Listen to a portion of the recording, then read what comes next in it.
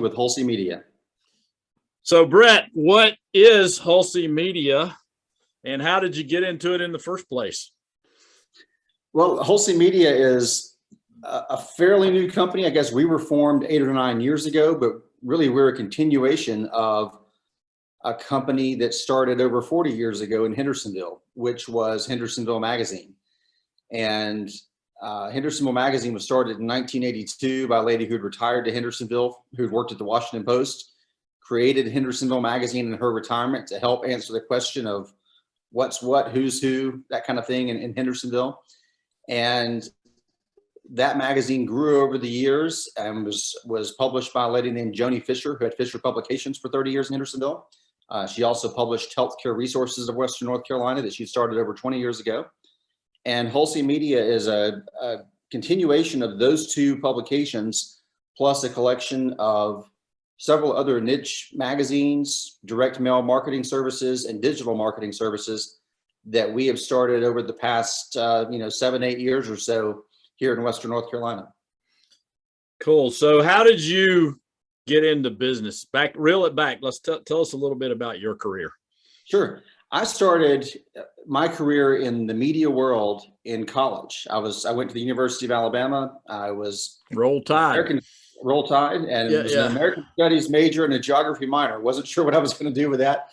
Thought about law school, but wasn't real serious about that. And so speaking of Roll Tide, it was during football season, my junior year of college, and I decided it was time to get a job and make some extra money. I kind of had the study and the party life balanced out. Figured I could have some time on my hands to make some money, and was looking through the student newspaper trying to find a job.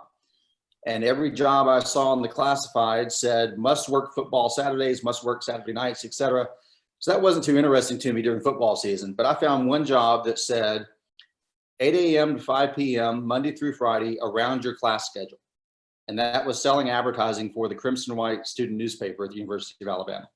So that schedule alone was appealing to me. But when I saw the title account executive and went and talked to them and to the paper, and I realized pretty quickly this is not your average student job in college. This was something, I walked into an office where there were guys who were college students and ladies who were, carrying briefcases, and they had their own business cards and they had their own desk with a telephone on it.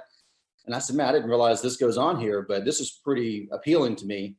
And I learned pretty quickly that, it seemed like this was going to be good experience no matter what, that could, translate into something I could do beyond college. So I stayed in my American Studies program for the last 2.5 years that I was in school.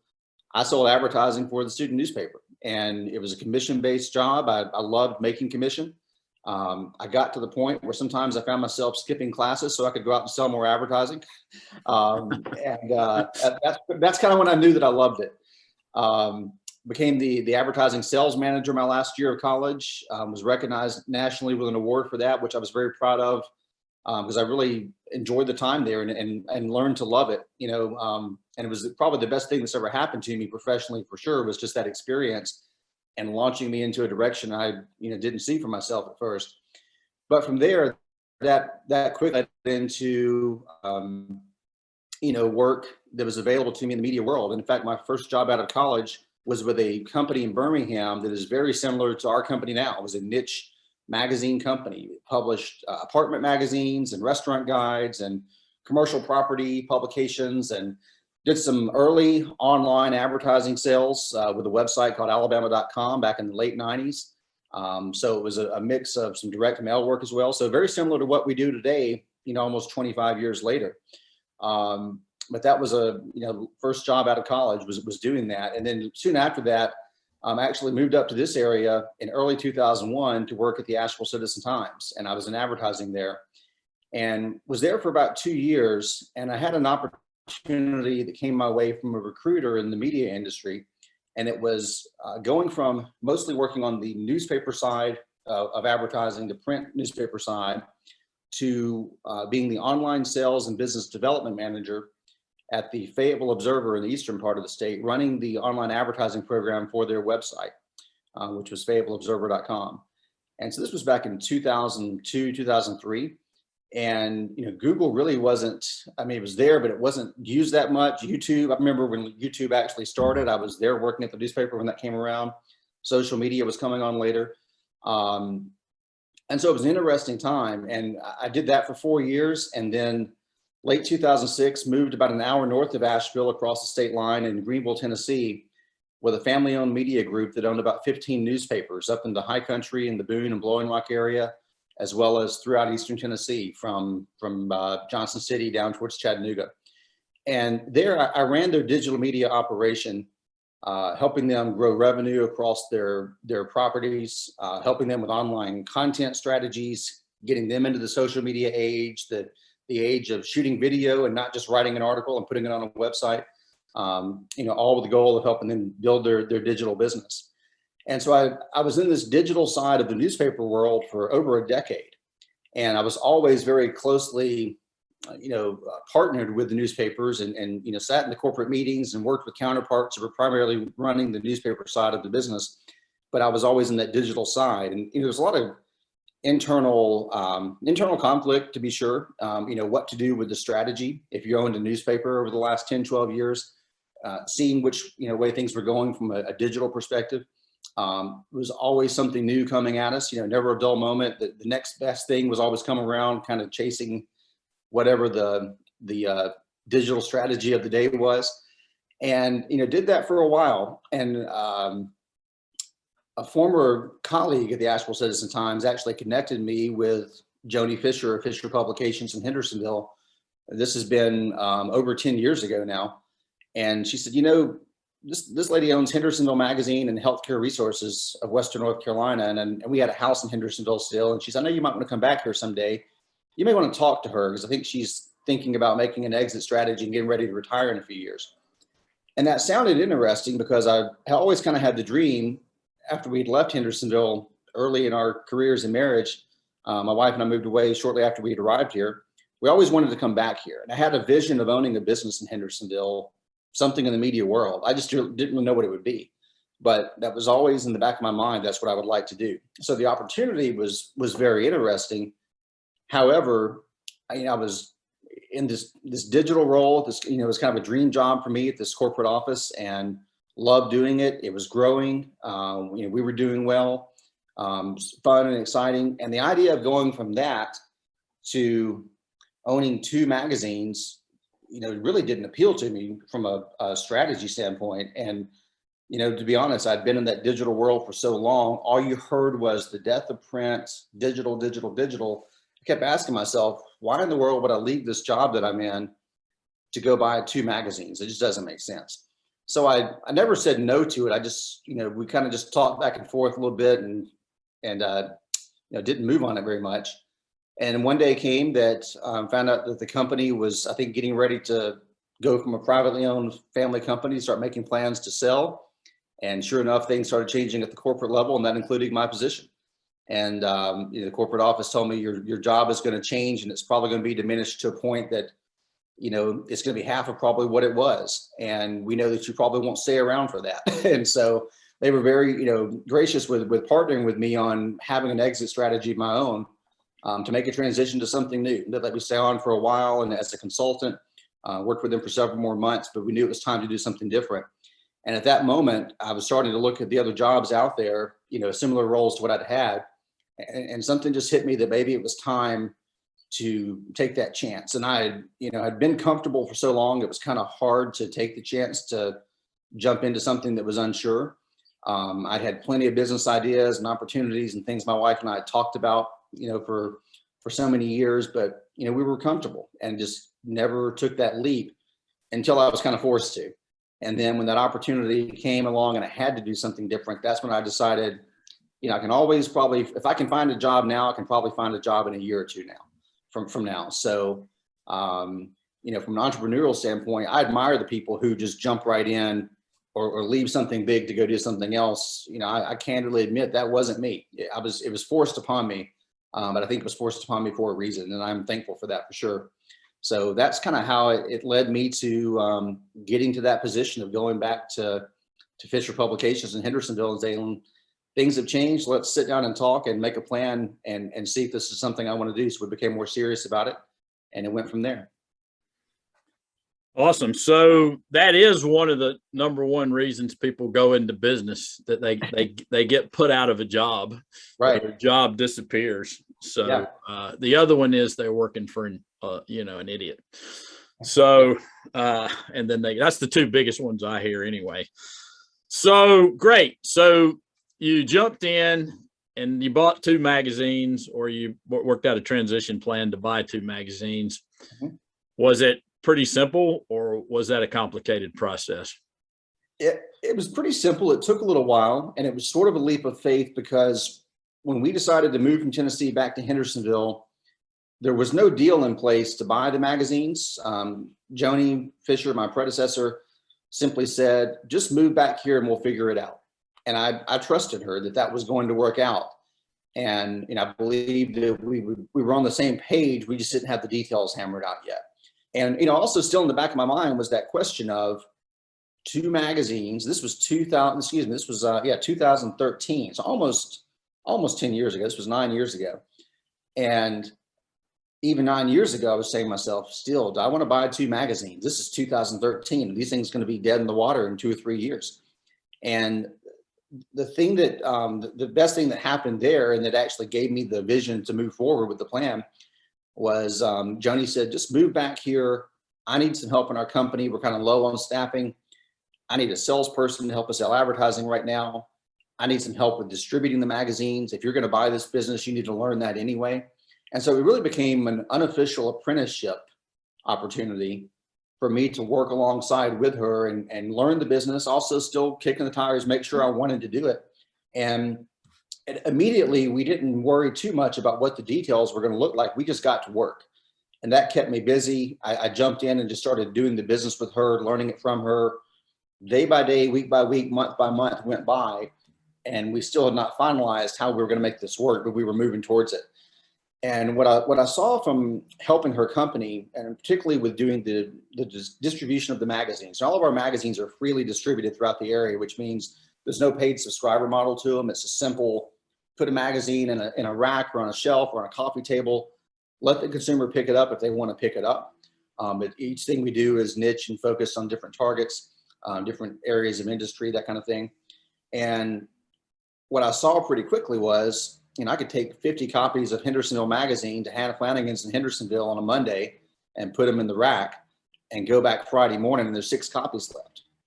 And so my mind started clicking. 44 people have picked up this magazine in the past 4 or 5 days in this one location. And then I would go to the Hendersonville Visitor Center. They'd say, yeah, we went for 3 boxes this week. Can you bring us 3 or 4 more boxes for next week? Then the Asheville Airport would call, say, we're out of Hendersonville magazines. Can you bring us some more? Place after place, whether it was a doctor's office, a grocery store, a hotel, a visitor center, coffee shop, you name it. I just kept seeing how this was working. You put these things out and people are picking these up, and they're picking them up because they want the information. They don't overthink it. They don't say, I could get this on my phone, I won't pick that up. If it's there, if it's available, it's in front of them, it's relevant to them, they don't think twice about it. They just grab it. And so when I saw that pretty quickly, that alleviated my biggest concern, which was, is there any value, for an advertiser to be in these magazines? Because there's not going to be value if people aren't picking them up. That's for sure. It won't work if people are using the media. It won't, a radio station wouldn't work if nobody listened to it. Or same for a TV station. So I knew that it had to work for people for me to want to buy it and be involved with it and to go out and sell advertising. And I had to believe in it myself. But I learned that pretty quickly, how this business worked, and saw that, in 2013, there was no slowdown of that. And, what's happened over the last 9 years is that it's only increased and grown from there, which has been amazing to me. But I think it's been part of the story of what's happened in Western North Carolina over, the last decade or so too, with the growth we've had here. Yeah, I think it's really important to understand that, print media is still alive and well. And print media is a great avenue for a lot of businesses to use to sell. I mean, you shouldn't, as a business, you shouldn't have just one channel of marketing. that's a recipe for disaster at some point. If you're dependent on one channel, eventually that channel is going to dry up or start shrinking or go away. So you have to, or quit working is more likely. It works for somebody, but it may not work for you. So to have multiple channels makes sense. And you actually have multiple channels right in your portfolio, because now you talk about some of the other things. You started with 2 magazines. Now you have multiple magazines. You have many more. So sure. And going back to that for a minute, it's not so much about the media being print. There's some value to that, I think, and it has some unique qualities to it, but it really is much more about the audience than the media. We publish everything from, to list some titles, the real estate book of Asheville, Hendersonville. We publish the Asheville Trail Brewery Guide now, which we'll talk about more later, is a newer thing that we took on that's been around for a while. We publish the Aging Resources magazine, which is all about senior living and senior care. And it really wouldn't matter what the media is. If there was a billboard that sat on the road and the only people who drove down that road were people who were thinking about buying a house in Western North Carolina, that would be an effective place for a real estate advertiser to be as well. If there was a road that, only people who drove down it were people who were visiting breweries in Asheville, that's a great place to advertise a brewery also. So it's not so much about the media as it is the audience, but the niche products we have are segmented into these different slices of life that represent, what's happening here in this area. And I think part of it's kind of a life cycle thing. Hendersonville magazine, the oldest magazine we have in our group, its backbone was really the relocation or second home or retire to the area type market. People who were leaving Florida, leaving Michigan, leaving New York, wherever, wanting to build their mountain dream home, discover the good life in Hendersonville, even back in 1982, 83. That's why that magazine was created. And so it always had, the developers and communities, and had a real estate base to it. But, the other things you need to know about living here, from healthcare and recreation, the arts, culture, education, all the things that make the community what it is. So Hendersonville magazine's niche is Hendersonville. That's the niche industry that it focuses on, is all about that community. Healthcare Resources of Western North Carolina is, regional publication serving Asheville, Hendersonville, and surrounding counties. And it's all about the health and wellness providers who are found here in this area. And so the people who are going to pick it up are actively looking for information. That's kind of the key to what we do. Is the bulk of what we offer right now is really more of a resource guide type publication than it is news or lifestyle type content. It's kind of shopping information. People are shopping for a doctor or a dentist. They're wanting to learn about opportunities to live in Hendersonville. Different publications we have, like the WNC Homeowners Resource Guide. It's all about, resources as being a homeowner, whether you're a new homeowner or existing homeowner here. And, I see people who walk past our magazines all the time and don't pick them up. And then what that tells me is they don't have an interest in that right now. It's just the same as they're not Googling that right now. They're not going on the internet to search for that right now. It's just not something they're buying. Not everybody's in the market for everything all the time. But when somebody walks past the Aging Resources magazine and they do pick it up, they have a need. They have hit that stage of life where either they're thinking about, the factors of aging themselves, or they're caring for a loved one, they're caring for their parents, their spouse, and a need has come along. I mean, I can relate to that myself. A year or two ago, I wouldn't have needed an Aging Resources magazine personally. In the last year or so, my parents have had a few health things here and there that have had us started to think about the process of their aging and kind of what's next for them and making plans for the future. And so personally, I wasn't needing that content and information a short while ago, but life changes, and then you do. You're not always buying a house every day, so you wouldn't pick up the real estate book all the time.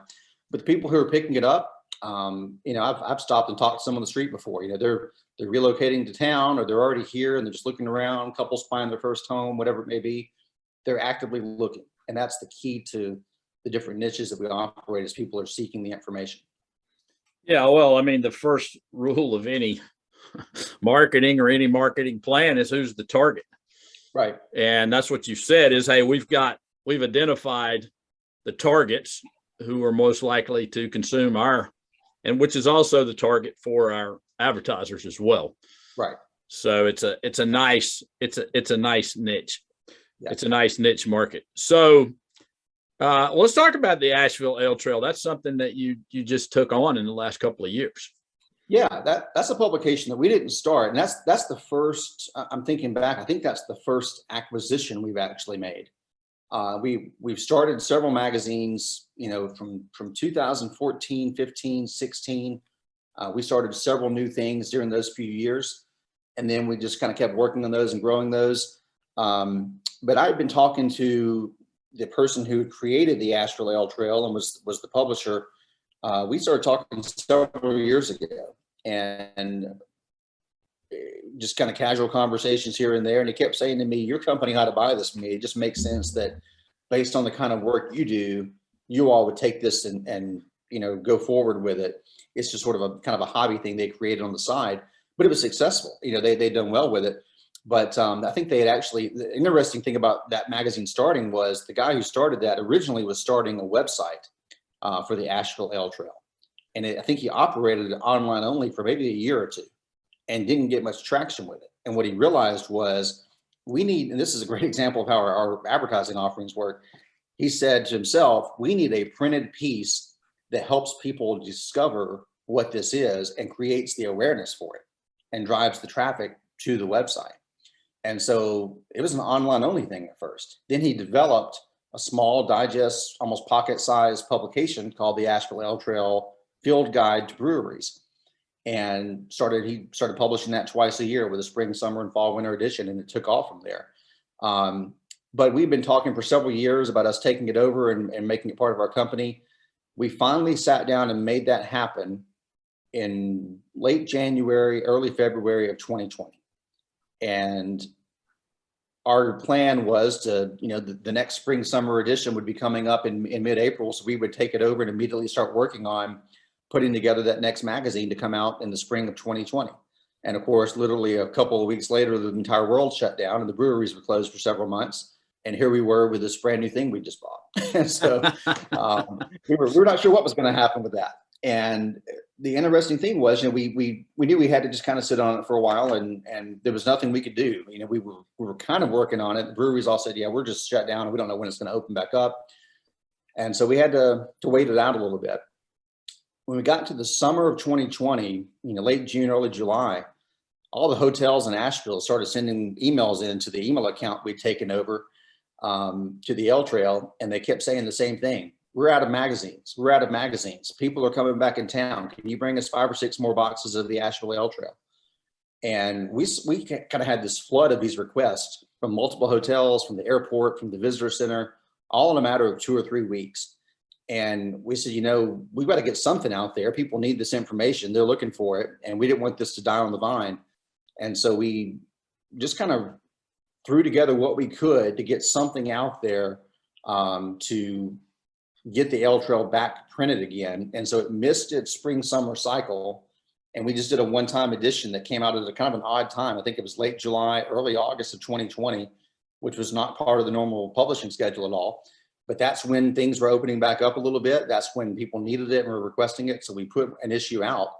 And what we've seen is we published, I think, we do about 45,000 copies per edition. And those things are gone by the time we get to a 6-month cycle. They're used up, and 45,000 more are coming. So that was interesting to see, and it was a weird time to get that started, but and for us to take it over. And one thing we did there, and we continued it through 2021, was we offered what would typically be sort of an entry-level advertising option for a brewery to have an enhanced featured listing showcasing their signature beer and that kind of thing, and having a presence in the magazine, being on the website as well. We made that complimentary for every brewery, winery, and distillery in Western North Carolina in 2020, as well as in both of our editions in 2021, just to help them bounce back, because we knew that those industries had been shut down. And then when they did come back open, they were limited. They were always going through phases of whether or not, masks were required and people inside and capacity limits, and they were still facing a lot of challenges. So we did that just to build goodwill in that community and with that support that industry. And, so we were glad to be able to do that. And we had enough support from some of the bigger folks we work with, in that industry to help make that possible. But now I will say that I think it's bounced back to kind of, really where it was before the pandemic from a business standpoint. And there's been no slowdown of people picking it up. I'll read something real quick that I just got the other day. We get these emails all the time. These are pretty interesting to hear. I think, how people are using these publications and how they're visiting our market. We got this email that said, "Hello, we will be going to Asheville in 8 days and just discovered the trail map, the Ale Trail map online. Even though it is online, would you be able to send a couple of the Ale Trail magazines to the address below so we can plan our visit? It is our second trip in 3 months, and they're from Boynton Beach, Florida." And we get requests like this pretty frequently. And people who visit one time, they may pick up the magazine and take it back with them. And then they say, "We're coming back for a girls' weekend or a bachelorette party or a family reunion, a wedding, whatever it may be." We've delivered as many as 300 or 400 copies to weddings. There was an adult softball tournament in Asheville. I think it was last spring. They wanted about 400 copies to go in every bag, every welcome packet. These guys who were here to play softball from all over the country. They said they want to play softball in the day and they want to go out and hit the breweries in the afternoon. And so, we provide them for those kind of events as well. And it's been a fun project to work on because the brewery industry, means so much to our local economy here, and to be tied into that and to see just how big it's gotten and what it, whether it's tourism or even locals. I think it both works together pretty well, but the Ale Trail is right in the middle of that and is very popular with that audience, the beer enthusiasts who are coming here. So let's shift gears a minute and talk a little bit about your top lessons learned as a entrepreneur and business owner or a marketer or anything you want to top. What are your, let's go with 3. What are your top 3 lessons that you've learned? I think what's contributed to our success, I think there's just no substitute for hard work. There's been a lot of hard work put in, and it continues to this day, but I think especially in some of the early years of our company forming and growing. It was meaningful work, but it was just a lot of hours spent, and it's, days, nights, weekends, early mornings, you name it. And there's no substitute for that. If we wouldn't have worked as hard, especially early on, we wouldn't have the groundwork laid that we're still providing us a path to go forward today. So as simple as that sounds, that's been key. I think from a little more strategic standpoint, you kind of touched on this earlier about, lining up marketing and having target audiences. We've really tried to focus on creating products that consumers would want to pick up, which therefore benefits the advertising partners who want to connect with those consumers. And that model was already put in front of us with Hendersonville Magazine, and especially Healthcare Resources, which is a little bit more niche and focused on that one type of that consumer who's actively looking for that information. But from there, when we had the opportunity to start publishing the real estate book, which is a national franchise type operation published across the country and in Canada, and we publish it here, it was one more piece that is focused on something people are looking for, and it connects those advertisers with that audience. And that's where they come together through the work that we do. Where the rubber meets the road is us putting the magazine in front of the right person, the consumer picking it up and engaging with it, and that's benefiting the advertiser. So that model is, something we've been able to replicate through the Aging Resources magazine, through our Homeowner's Guide, the Ale Trail, et cetera. But it's being smart about creating products that people would want. And I always try to think about it from a marketing perspective. If I were the marketing director of a company, would I advertise in this? And I've tried to build the products around answering that question with a yes. And I think that's helped us, grow. But other lessons learned, something, I'll say that, hiring is always a challenge. Hiring became very different for me as a business owner than it had been from, working in the corporate world. And I go back to mentioning working at my college newspaper.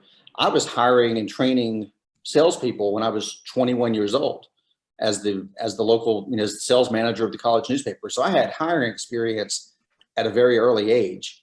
I don't know that I had any formal training in it, but I've been doing it for a while. And, and throughout my career, being in some management roles, I'd always hired people, but it kind of became different as a business owner. Sometimes I learned that one thing I learned pretty early was I wasn't equipped to hire somebody who needed a lot of sales training, because I just thought they would get it like I did.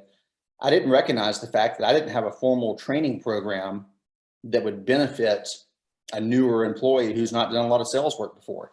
You know, I connected with people maybe who were interested in getting into sales and seemed eager at the opportunity. I thought that was a good sign. But, you know, they didn't have much success sometimes because of me. You know, it was my fault that I didn't have a better plan for them to be better trained. And so, you know, we had to part ways here and there, and it was, you know, no fault of their own. I think it was probably on me because I probably shouldn't have taken them on at the time that I did. And so I've recognized that. And what that's led me to is, you know, we're still not a huge company that has a big formal training program, although we do some sales training occasionally with somebody who works in the local advertising industry now. But I'm more careful now to recognize that I need to find somebody who's probably done this before somewhere else. And when they come to our company, they're probably going to have a lot of success because they're going to see what we do works, people like it, they want to be part of it. But they probably had needed to have learned that skill before they got to our company. You know, we're just still not a huge company that would have that level of training program built into it. And I just didn't think about that early on as I started hiring people. Yeah, those are great lessons. So number one, no substitute for hard work. You got to do your own push-ups is what I say.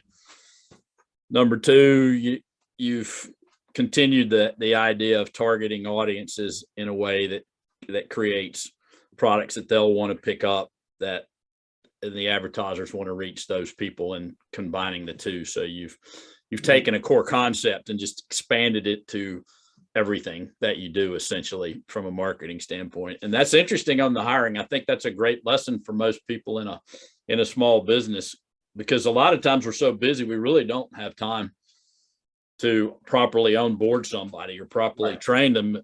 And so, you know, why would you hire someone that you had to train? Why don't you hire someone who can come in and make an impact and actually bring some extra things to the company? So I think those are three fantastic lessons for anybody in business. So yeah, thanks for that. Sure. Well, yeah. Well, this has been fun. Is there anything else? I'll ask you one other question. Okay. Is there something that you wished somebody had told you before you went into business, or something that you wished you knew that you know now?